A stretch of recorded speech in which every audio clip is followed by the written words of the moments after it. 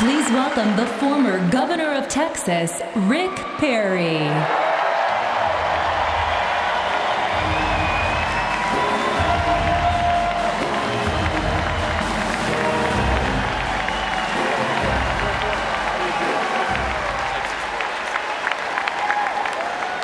Hello, Cleveland.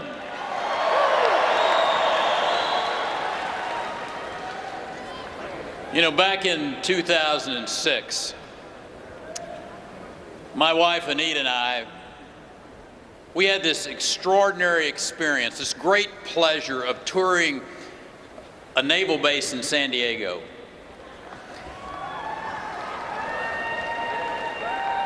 Our guide that day just happened to be this big old tall drink of water Navy SEAL who was recovering from combat-related injuries.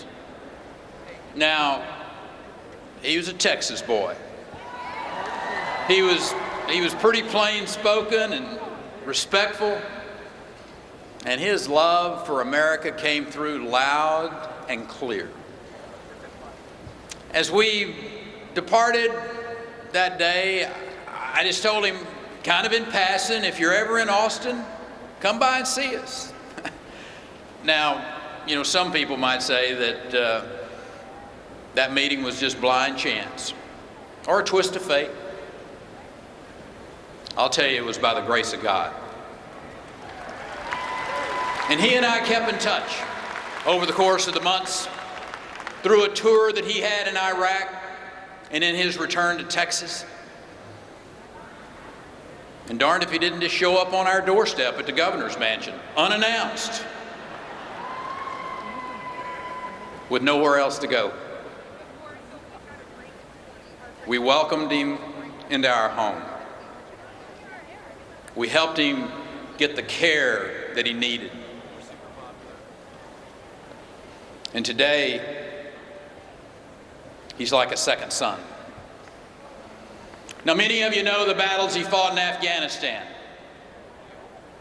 but too few of you know the battles that he and thousands of veterans just like him face when they come home.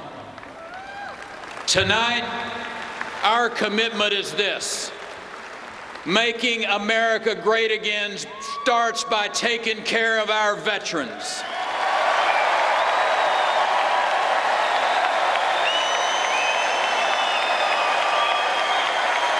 Thank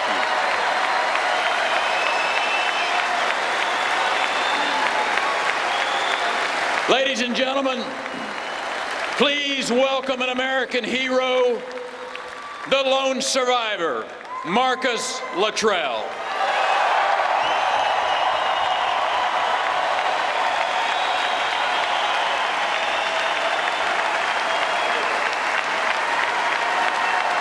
Cleveland.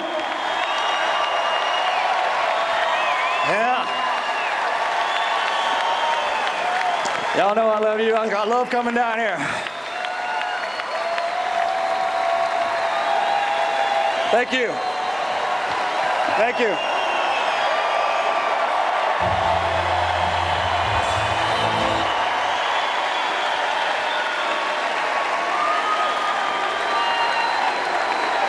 Thank you.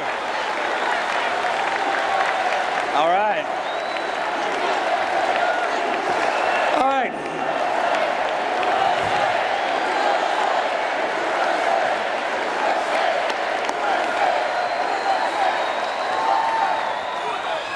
All right. Thank you. Thank you again for having me back. For those of you I've stood before in the past, it's a pleasure to do so again.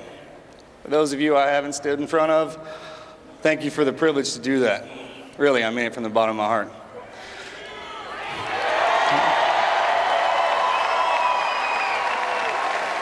I was fortunate enough in life to be born from a patriotic family. It taught me to love this country and the people who make her up unconditionally, to die for any woman and to fight beside any man without hesitation or hopes of individual achievement.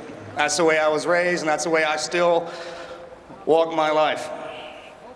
For generations, the men and women in my family have served this country proudly, both at home and abroad. My father served in Vietnam, and although he was shamed out of his uniform, it only solidified his resolve to raise his boys, me and my twin brother, to be patriotic and love this country and its people more than we loved ourselves.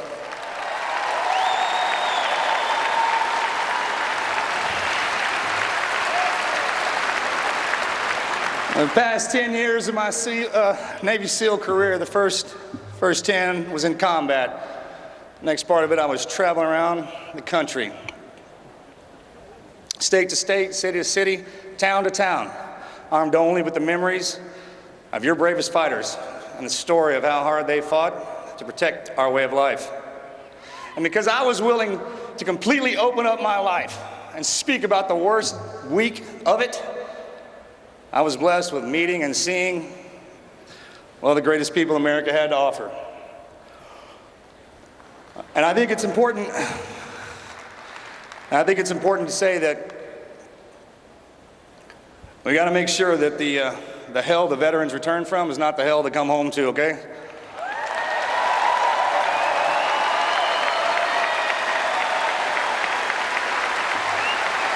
That's what was promised, and that's what's deserved, period.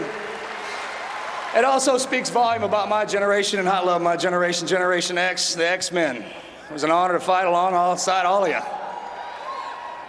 That even when the system doesn't take care of our boys, the citizens step up, start foundations and programs to help the wounded and the families of the fallen. So from the bottom of my heart, and literally, please know that I end every day on my knees thanking God for y'all and what you do and how you covet my generation of veterans coming home.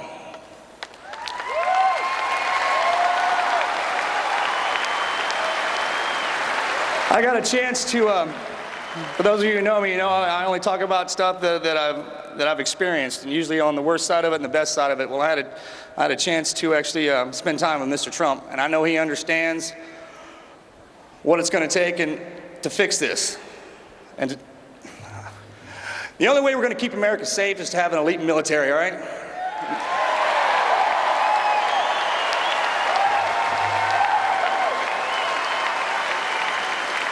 Made up of the warriors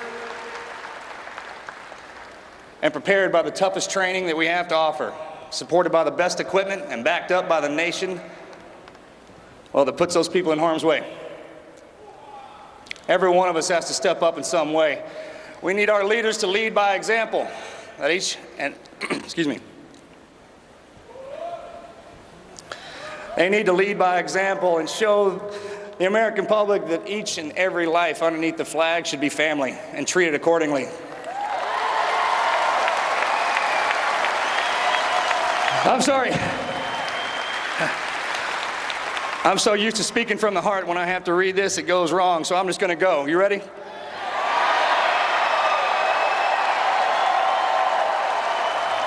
Not only do the leaders have to step up and support us, but the family, those of us in here, we're all family. We step up and we back them up too. Not only that, we hold them accountable for every position and office that they hold. Either way, look, either way, the only way we survive this is together, not apart. In order for any life to matter, we all have to matter. You understand?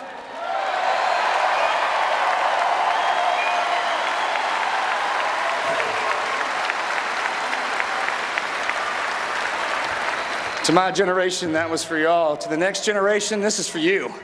Your war is here. You don't have to go searching for it. Your people are afraid. I stand among you walking. I was allowed to walk with giants, all right? And now we're looking for the next generation of giants. Who among you will love something more than you love yourself, all right? Who among you are going to step up and take the fight to the enemy? Because it's here.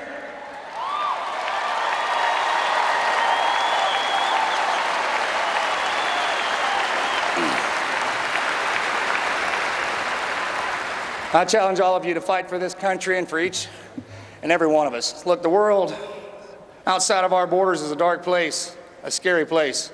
America is the light, and her people are the goodness that grows from that. She'll always be worth fighting for, and it was my greatest honor to fight for her every day of my adult life, all right? And I just wanted to come up here and thank each and every one of you from the bottom of my heart for allowing me to serve you for 20 years. And I swear to God, I'm going to spend the next 20 paying you back. So thank you again. God bless.